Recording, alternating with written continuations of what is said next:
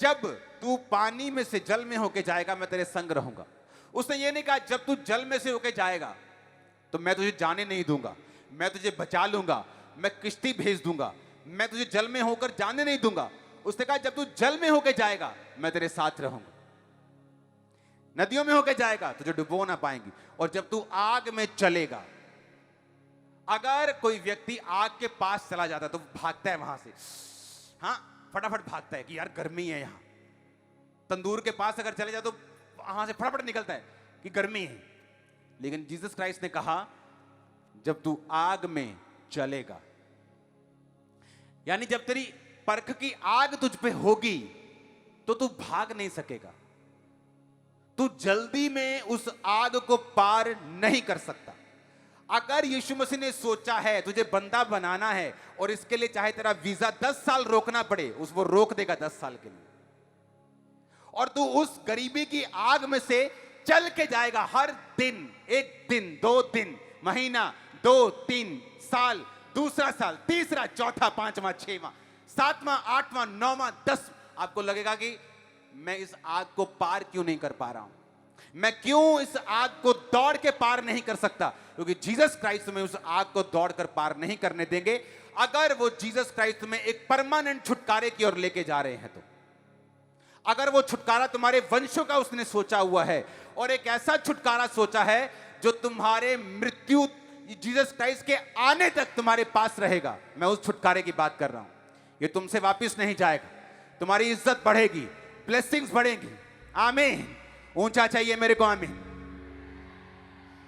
वो कहता आग में से तब तू होके, क्या लिखा है, भागेगा कि चलेगा? बोलो पड़ोसी को, बोलो क्या लिखा है, बोलो बोलो क्या लिखा है, एक दूसरे को बताओ क्या लिखा है। हां क्या लिखा है? चलेगा कि भागेगा? आग का जो इब्रानी शब्द है वो है 1980 शब्द हलाक। हलाक जो शब्द है ये 3212 शब्द से लिया गया, जिसका मतलब है यालाक। यालाक का मतलब है, अगर आप नीचे उसे पढ़े तो उसका मतलब है ग्रो। आग का मतलब है ग्रो। जब तू आग में से होके जा रहा है, वो आग नहीं है, वो तेरी ग्रोथ है, वो तेरी ब्लेसिंग है, तेरी ब्रेड है, तेरी ताकत है। ओ आमीन। ऊंचा चाहिए चर्च। जब इब्रानी भाषा में आग को लिया तो आग को यलाक शब्द से लिया गया, जिसका मतलब है 3212 शब्द का मतलब है ग्रो करना। आग और ग्रोथ ये दोनों सिमिलर हैं, दोनों एक हैं बाइबल के मुताबिक।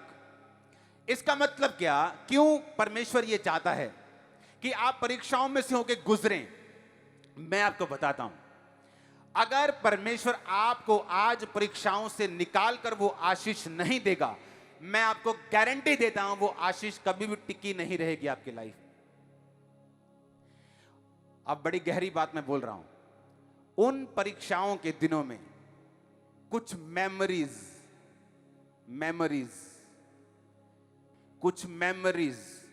उन परीक्षाओं में कुछ ऐसी मेमोरीज और यादें और फीलिंग्स परमेश्वर फिक्स करेगा।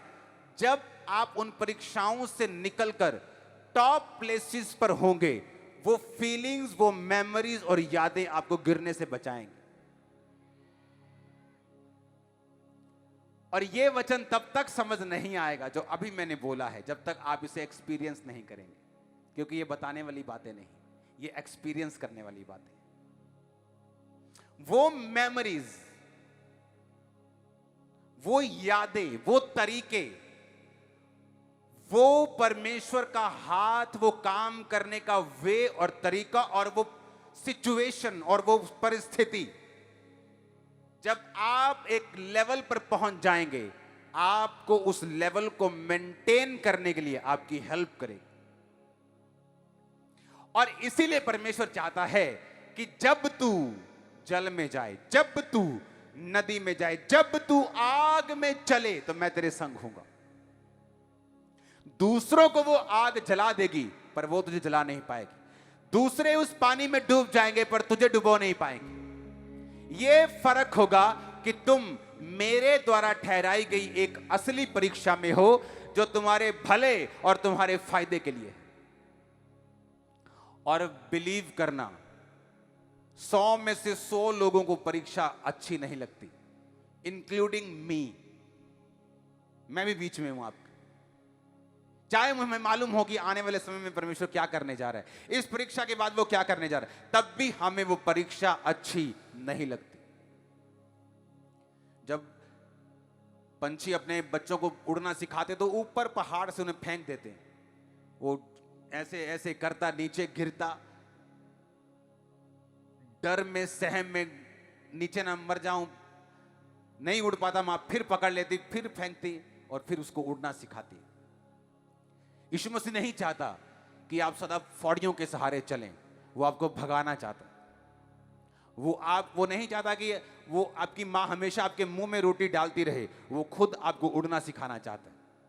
और उसके लिए वो आपको ट्रेंड करेगा, उसके लिए वो आपकी परीक्षा करेगा, उसके लिए वो आपको आग में से पानी में से चलाएगा, ना कि भगाएगा।